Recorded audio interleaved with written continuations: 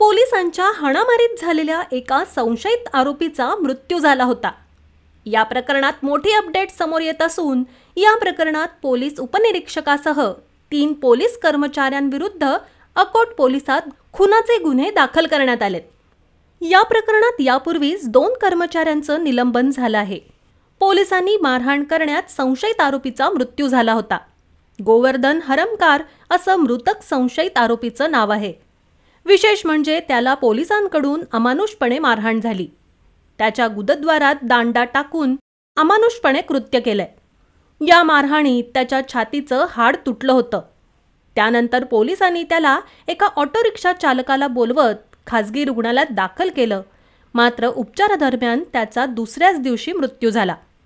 एवढ्या गंभीर प्रकरणात अकोला पोलिसांकडून कोणतीही कारवाई करण्यात येत नव्हती। दरम्यान मृतकाच्या कुटुंबियांनी विशेष पोलीस महानिरीक्षक कार्यालय गाठलं। यानंतर चौकशी समिती बसली। या प्रकरणात मृतकाच्या वैद्यकीय अहवालानुसार खुनाचे गुन्हे दाखल करण्यात आले आहेत।